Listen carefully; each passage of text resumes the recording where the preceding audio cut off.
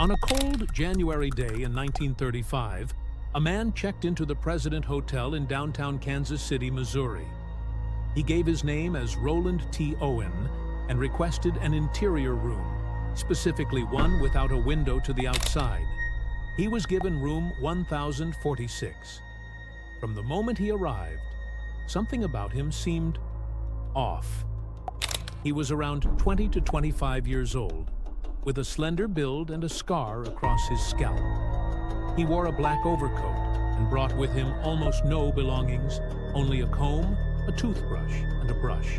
No suitcase, no luggage, nothing that suggested a man settling in.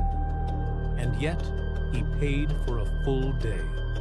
The maid who first cleaned the room, Mary Soptic, later reported how strange he was. The room was always dim. He kept the blinds tightly shut and left only a single lamp on. When she came to clean, he would sit silently in the corner or pace the floor. He once asked her to leave the door unlocked because he was expecting a friend. That friend, he said, was someone named Dawn. By the second day, things got stranger. The maid entered the room to clean and found Roland sitting in near total darkness, fully dressed. The phone rang while she was there. He picked it up and said in a low, serious voice, "No, Dawn, I don't want to eat. I am not hungry. I just had breakfast." Later, she returned to the room with fresh towels and heard two men inside.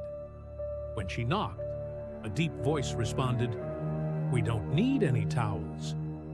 She knew that voice wasn't Roland's.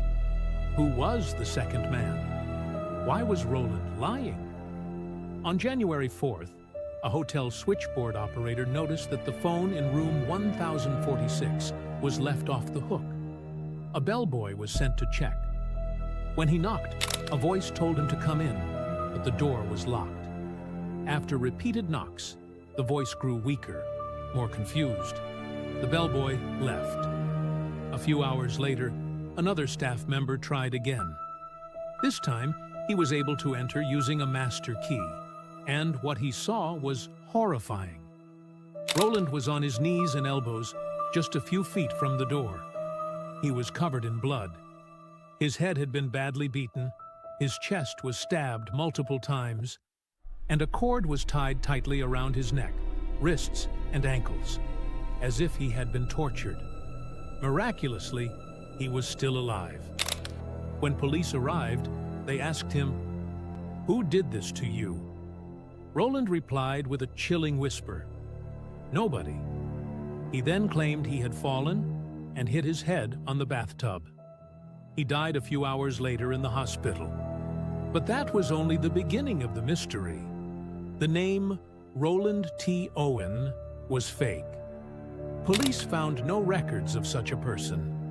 When they published his photo in the newspaper, someone recognized him, not as Roland, but as Artemus Ogletree, a 17-year-old boy from Birmingham, Alabama, who had left home the year before. When his mother was contacted, she confirmed it. That was her son. But even she was confused. Over the previous year, she had received strange typewritten letters, claiming to be from Artemus, saying he was traveling in Europe and later in Cairo. He didn't know how to type. The language was cold and nothing like her son. Then came the most disturbing twist. Shortly after the case made the news, an anonymous man called a local funeral home and said he wanted to pay for Artemis's burial. He said the boy had cheated on a woman, and he and Dawn had gotten revenge.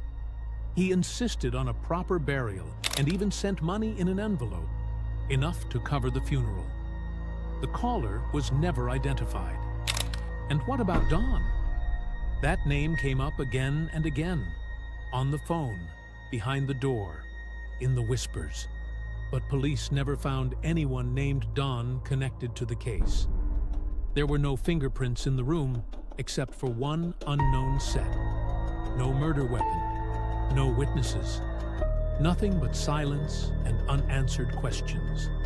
To this day, The murder of Artemis Ogletree in room 1046 remains unsolved.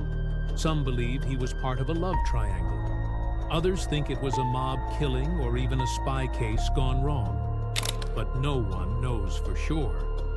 What is known is this: a young man checked into a hotel with nothing but a toothbrush. He was beaten, tortured, and killed. And with his dying breath, he said, "Nobody did it.